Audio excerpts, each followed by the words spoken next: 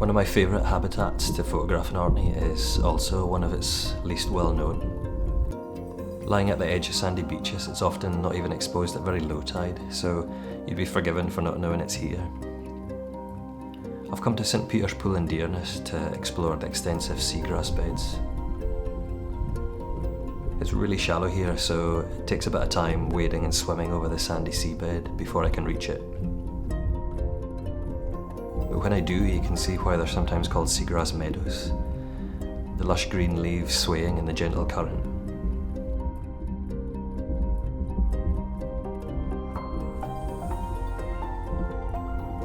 But it's not a seaweed. It's actually a flowering plant that grows a dense root system in the sediment.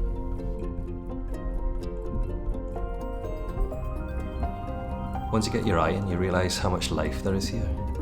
Lots of different species of fish, like short-spined scorpionfish, sand gobies, as well as hermit crabs and shore crabs, and snake-lock anemones. One of the most important roles of seagrass is providing a nursery habitat for juvenile fish, some of which go on to become commercially important species.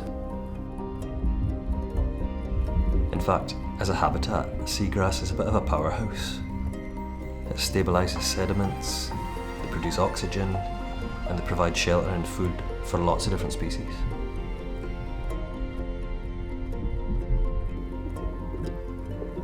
And perhaps most impressive of all, despite only occupying around 0.2% of the ocean floor, they store about 10% of the carbon buried in the ocean. Most of this is in the sediments below the seagrass rather than in the plants themselves. This kind of carbon is known as blue carbon. That's carbon that's been captured and then stored in the marine environment. In Orkney, the most important stocks of blue carbon are found in kelp forests, merle beds and seagrass beds like this one. Globally, around 30% of seagrass beds have been lost, so we're really privileged to have these important habitats here in Orkney. Orkney is a world leader in developing renewable energy from the wind, tide and waves.